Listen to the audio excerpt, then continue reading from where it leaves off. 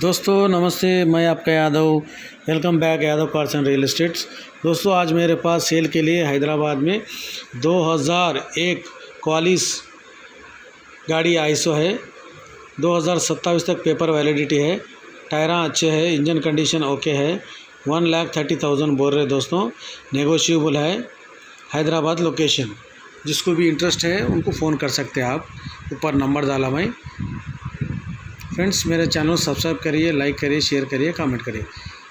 ప్రేక్షకులకి నమస్తే అండి, నేను మీ యాదవ్ అని। Welcome back Yadav cars and real estates. Friends ఈరోజు నా దగ్గర సేల్కి హైదరాబాద్లో క్వాలిస్ ఎఫ్ఎస్ అండి, 2001 మోడలు, 2027 వరకు పేపర్ వ్యాలిడిటీ ఉంది। టైర్లు బాగున్నాయండి, ఇంజన్ కండిషన్ బాగుంది। 1,30,000 చెప్తున్నారండి, నెగోషియబుల్। లొకేషన్ హైదరాబాదు। బండి కావాలనుకున్న వాళ్ళు పైన నంబర్ పెట్టాను ఫ్రెండ్స్, ఆ నంబర్ కాంటాక్ట్ చేసుకోండి ఫ్రెండ్స్।